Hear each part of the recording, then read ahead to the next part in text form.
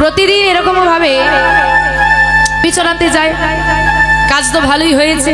তাই মা চিন্তা করলো, দেখো ছেলের সঙ্গ যদি মা দিতে না পারে, সঙ্গ দোষে স্বভাব নষ্ট। এখন আমি কাজে চলে যাই, ছেলেটা যদি কোনো খারাপ সঙ্গে পড়ে যায়, এতদিনের শিক্ষা সব ঘেঁটে ভ হয়ে যাবে। তাই চিন্তা করলো ছেলেটা যদি এটা কাজের মধ্যে থাকে তাহলে এটা হওয়ার সম্ভাবনা কম। এদিকে বাবুদের মাও বিহারীকে খুব ভালোবাসে, তাই বিহারীর একটা পাকাপুক্ত কাজ হয়ে গেল, রোজ গরু চড়াতে। এইবার বাবা বেশ কিছুদিন ভালোই গেল। আজকেও প্রতিদিনের মতো গাভী চড়াতে এসেছে। আর আজকে গাভী চড়াতে এসে একটা গন্ডগোল হয়ে গেল। কি গন্ডগোল? আজকে প্রচন্ড রোদ। এখন বিহারি ছিল গরু চড়বে, আমি পেছন পেছন ঘুরে কি করি? তা আমি না হয় একটু গাছের তলায় বসে, এমনিতেই রোদ, গাছের তলায় বসে পড়েছে। আর মা মদনের নাম গাইতে বলেছে, ওই গাছে ঠেক দিয়ে বসে বসে গুনগুন করে গাইছে, আর এদিকে সুন্দর বাতাস দিচ্ছে। এবার কি হবে? জোরে বলো। তোমাদের কি ঘুম পাচ্ছে? কার কার ঘুম পাচ্ছে একটু হাত তোলো দেখি। ও পাচ্ছে না? না, এই যে অনুষ্ঠানে কমিটির একজন বাবা, ওই যে সিদ্ধার্থ বাবু স্যারের সঙ্গে আমার অনেক দিনের পরিচয় এবং ওনার আমন্ত্রণে এখানে আসতে পেরেছি। তো স্যারকে আমি জানিয়ে দেব পরের বছর এখানে আসার সৌভাগ্য হয় বা না হয়, এই প্যান্ডেলে একটা গন্ডগোল আছে, এই গন্ডগোলটা যেন ওকে ঠিক করে। কি গন্ডগোল বলো তো?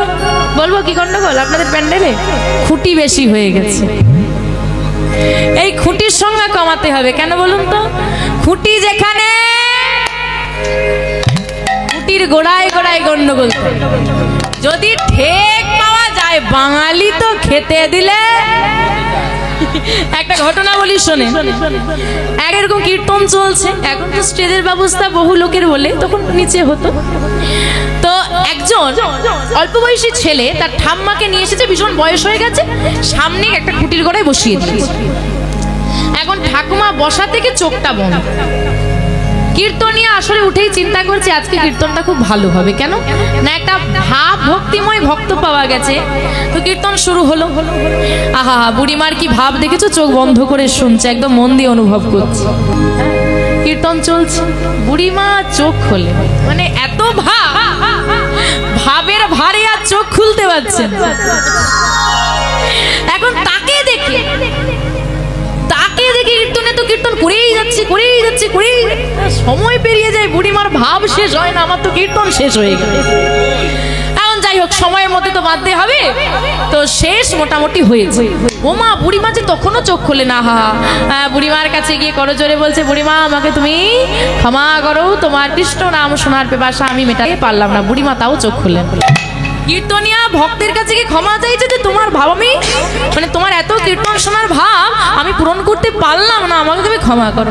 তাও মানে জোগাড় করে কি করা যায়। আচ্ছা যাই হোক, কিছুক্ষণ পর এখন সবাই কথা বলছে কীর্তনের সঙ্গে, হঠাৎ ছেলেটা এসে বলছে, ঠাকুমা, ও ঠাকুমা, ও ঠাকুমা, কি হলো? কীর্তন শেষ হয়ে গেছে। শেষ হয়ে গেল?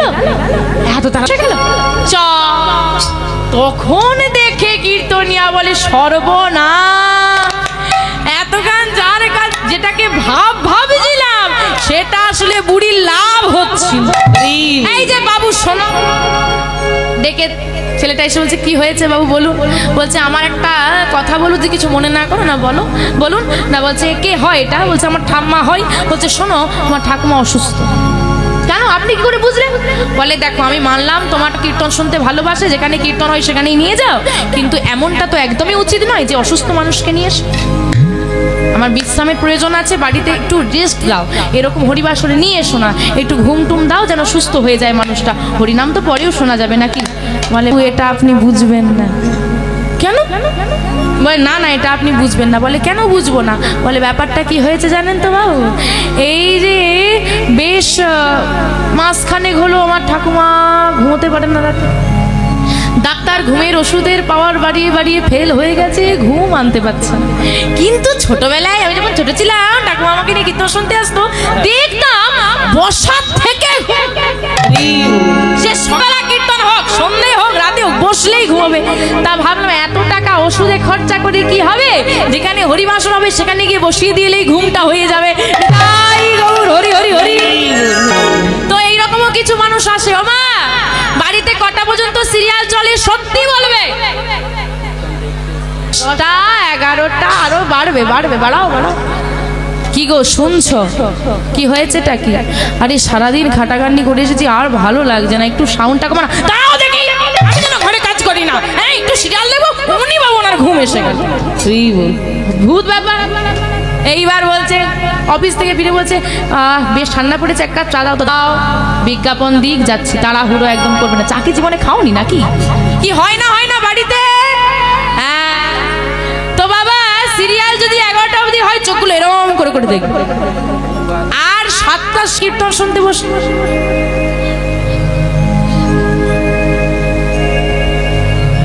আবার তারপর তো ঠান্ডা আছেই, গায়ে গায়ে বসেছে, ও আর ঠেক লাগবে না অন্যের কাঁধে। আচ্ছা হাসির কথা মনে হলো তো? একটা কথা হচ্ছে বাড়িতে নরম বিছানা, গরম ঘর, ঘুম ধরতে চায় না, কত চিন্তা ভাবনা। শুইলেই বাবাদের কত চিন্তা এসে যায়। ভাবো লাউড স্পিকারে মাইক চলছে, শক্ত আসনে বসে আছো, গরম জায়গা নয়, হ্যাঁ ঠান্ডার বসে আছো, তাও ঘুম এসে যাচ্ছে, এত চিৎকার চেঁচামেচি তাও ঘুম এসে যাচ্ছে। ভাবা লাগে কত শান্তির জায়গা। গোবিন্দ যেখানে বিরাজ করে না এইরকমই হয়। তা বিহারি কি করলো গো? হ্যাঁ ঘুমিয়ে গেছে। এখন মাঝে মাঝে হরিধ্বনি দিচ্ছি, মায়েরা হাত তুলছেন। এবার যে হচ্ছে হাত তুলতে গিয়ে ঘুম ভেঙে গেলে মনে মনে আমাকে গালাগালি দিচ্ছে। না জানি কতজনের গালাগালি নিয়ে যাচ্ছি আমি সঙ্গে করে। যা ভালোবাসা নাই পাই, মনে মনে গালবন্ধটাই নেই, যা দেবে তাই হবে। কিন্তু বিহারীকে তো বাহু তোলানোর কেউ নেই, নেই তো। কি ঘুম দিচ্ছে ছেলেটা। ঘুম যখন কে ভাঙলো দুপুর গড়িয়ে হয়ে গেছে, আমাকে তো ফিরতে হবে, কি করি কি করি। এইবার গাভীগুলোকে সব খুঁজছে আর এক জায়গায় করছে। ততক্ষণকে একটা বাছুরি হারিয়ে গেছে। বাছুরি হারিয়ে গেছে আর তো কাজে রাখবে না। যে গাভীগুলো ছিল এক জায়গায় বেঁধে দিয়ে বাছুরি খোঁজা শুরু করেছে। খুঁজতে খুঁজতে খুঁজতে খুঁজতে অন্ধকার নেমে গেল, সন্ধ্যা হয়ে গেল। সন্ধ্যার বেলায় বাছুরি পাওয়া গেল। বাছুরি যেই না পেয়ে গেছে, মা বাছুরিকে নিয়ে এবার বিহারি ঘরের দিকে ফিরছে। দেখো বাছুরি হারিয়ে গেল, কম বড় বিপদ এটা, বড় বিপদ। তারপরেও কিন্তু সে ভগবানকে দোষারোপ করেনি। কেন? ভগবান যা করে এটা বিশ্বাস করো। এটা যদি বিশ্বাস রাখতে পারো না, জীবন খুব সহজ হয়ে যাবে। যা হচ্ছে ভালোর জন্য হচ্ছে, যা হয়েছে তা ভালোই হয়েছে, যা হচ্ছে তা ভালোই হচ্ছে, যা হবে তা ভালোই হবে। তাই তো আজকে আমার জামাটা ছিঁড়ে গেছে বা পুড়ে গেছে, আমি কাঁদছি, মনে রাখবে ধ্বংস না হলে সৃষ্টি হয় না। ধ্বংসেরও, পৃথিবীতে ধ্বংসেরও প্রয়োজন আছে। তো বাবা এইবার ওই বাছুরি নিয়ে ফিরে আসছে বিহারি। এই যে বাছুরি হারিয়ে গেল, পাওয়া গেল, মাঝের মধ্যে কি হয়ে গেল, সময়টা একটু বেশি চলে গেল। এটাই হয়ে গেল বিহারির জীবনের মহাযোগ। এইবার সন্ধ্যের বেলা যে পথ ধরে বিহারি ফিরছে, এইবার সেই পথের ধারে এমন সুন্দর মহতী আজকে হরিশোর, সেখানে ভাগবতী আসর চলছে, পাঠক ঠাকুর পাঠ করছে, ভক্তরা সবাই মিলে হরিনাম গাইছে। হ্যাঁ গো, এই যে এত সুন্দর হরিবাসর হচ্ছে, যদি কেউ রাস্তা দিয়ে যায় তার মনটা একবার হলেও জাগবে। দেখি এত মানুষ বসেছে, একবার দেখে যায়, কি মন জাগে না? যাই একটু দেখে। এরকম অনেক মানুষ আছেন এখানেও যে ভাবছিলেন যে যাই একটু দেখে যাই, এই দেখে যাই এসে আটকে গেছে। তাই তো এরকম অনেক মানুষ আছে। তো বিহারীরও চিন্তা ভাবনা যে যাই কি হচ্ছে একটু দাঁড়িয়ে দেখি। এইবার বিহারী দাঁড়িয়ে পড়েছে। এদিকে যার ঘরের গরু বলে গরুগুলো গেল কোথায়, আর যার ঘরের ছেলে সে বলে আমার ছেলে গেল কোথায়। তাদের চিন্তা করছে, আর ছেলের দিকে দাঁড়িয়ে ওই ভাগবতী আসরে সবাই মিলে নাম গাইছে। আর বিহারী দাঁড়িয়ে দাঁড়িয়ে দেখছে প্রেমানন্দে মেতে হরিব, হরি নামের বন্যা জেগে এলো। প্রেমানন্দে মেতে হরি বলো, হরি নামের বন্যা এলো। প্রেমানন্দে মেতে হরি বলো, হরি নামের বন্যা এলো। প্রেমানন্দে মেতে হরি বলো, হরি নামের বন্যা এলো। বন্যারে যাই বলি হারি, তার তরঙ্গ ভারী। বন্যা যাই বলি হারি,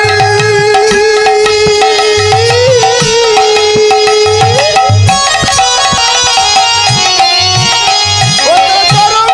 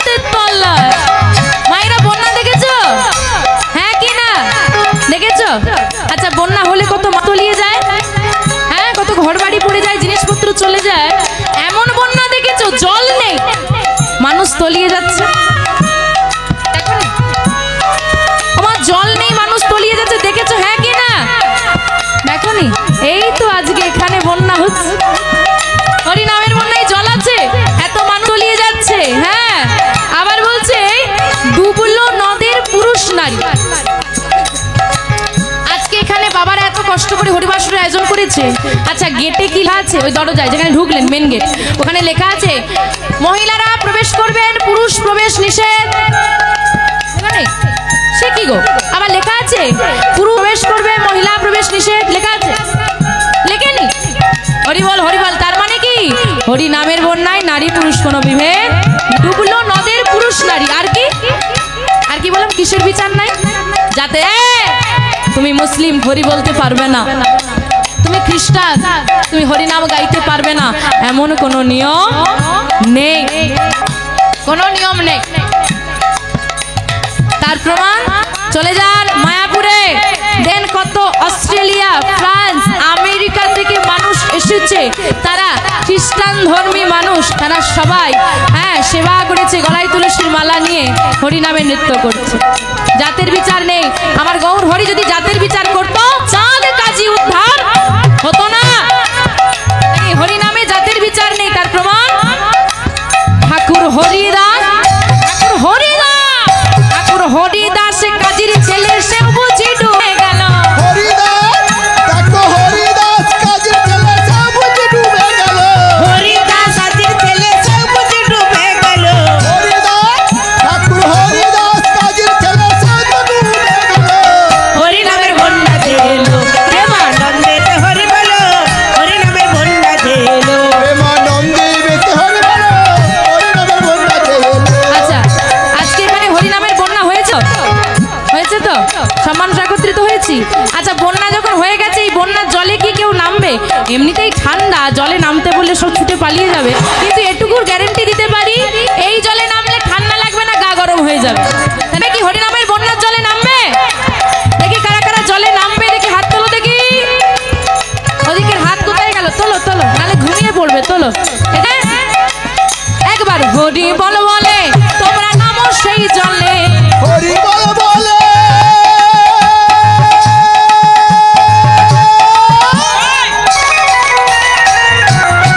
তুমি নামো সেই জলে। হরি বল বলে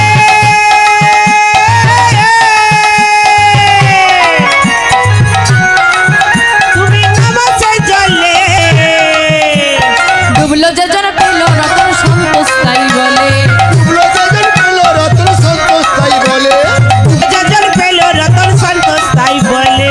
ডুবলো যেজন পেল রত্ন সন্তোষ তাই বলে। হরি বল মা বলছে একবার হরি বল বলে তুমি নামো সেই জলে। আর এই জলে নামলে কি হবে জানো? রতন পাবে। পেয়েছো রতন? বলছি এই রতনটা এমন, বাবার হাতে যদি একটা হীরের আংটি থাকে, বাবার হাতে, বাবা চলে যাওয়ার পরে আংটি নিয়েই দ্বন্দ্ব লাগে। হ্যাঁ, ভাই বলবে আমার, দাদা বলবে আমার, নে মারপিট লেগে যা। কিন্তু এমন রতন, রতন, এই রতন চোর চুরি করতে পারে না, কাউকে ভাগও দিতে হয় না, তাই তো? আর বলছে ডুবলো যেজন পেল সন্তোষ তাই বলে। সন্তোষকে চেনো? চেনো না? বলবো, চিনবে? চিনতে চাও? এই ভজন গানটা কে লিখেছে? সুন্দর ভজন গান, জানতে চাও?